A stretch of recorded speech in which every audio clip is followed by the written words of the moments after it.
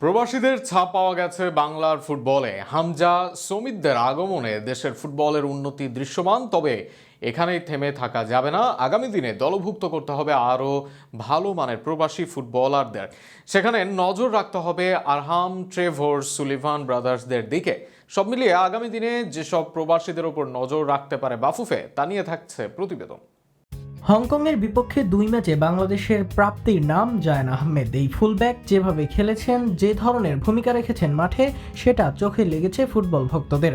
অনেকে জায়ানকে বলেছেন বাংলার মার্সেলো। অনেকের মনেই ধরেছে জায়ানের স্কিল, তাকে আগামী দিনের বড় তারকা ভাবছেন অনেকেই। জায়ান উঠে এসেছেন বাফুফের প্রবাসী ক্যাম্প থেকে, যেই ক্যাম্পে জায়ানের থেকে বেশি নজর কেড়েছিলেন বিতসুক চাকমা। তার ড্রিবলিং, গোল ফিনিশিং নজর কেড়েছিল সবাই।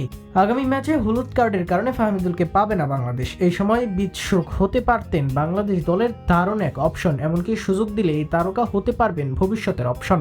বিতসুকের মতো ট্রায়ালে নজর করেন ইব্রাহিম নওয়াজ, কাসপার হক, তোফায়েল তানিমরা। সেন্টার ব্যাকে শাকিল আহমেদ তপুর ভুল আর তপু বর্মনের অধারাবাহিকতায় দারুণ ব্যাকআপ হতে পারেন কাসপার হক ও তোফায়েল তানিম। এই দুজনের পাসপোর্টের কাজ সম্পন্ন করে দ্রুত জাতীয় দলের রাডারে রাখা উচিত এদের।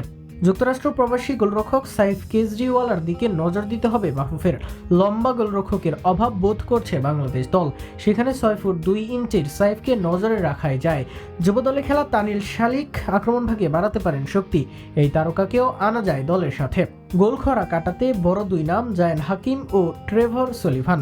জায়ান দীর্ঘদেহী, ট্রেভর টেকনিক্যাল। দুইজনের ধারাবাহিকতা বেশ দারুণ। জাতীয় দলে এরকম নাম্বার 9 পেলে সমিত, জামাল, হামজাদের বল কাজেও লাগানো যাবে, উপকৃত হবে বাংলাদেশ দল। তবে এদের সাথে বাংলাদেশের আছে হাই প্রোফাইল নানা প্রবাসী, যার মাঝে উল্লেখযোগ্য সুলিভান ব্রাদার্স। রেনান ও ডিকলান বাংলাদেশের হয়ে খেলার কথা বলেছেন, তবে এখনো হয়নি এদের পাসপোর্টের কাজ সম্পন্ন। অপরদিকে ফুলহ্যামের যুব দলে খেলা ফারহান আলী, ওয়াহিদের দিকে সবসময় তীক্ষ্ণ নজর রাখতে হবে বাংলাদেশের। আলোচনায় থাকবেন ডাচ লিগ খেলা নিলয় ভ্যান্ডার প্লাগ। সব মিলিয়ে বাংলাদেশি দলের রাডারে আসতে পারে 10 থেকে 15 জন ভালো মানের প্রবাসী, যাদের অন্তর্ভুক্তি এশিয়ার ভালো অবস্থানে করবে বাংলাদেশ।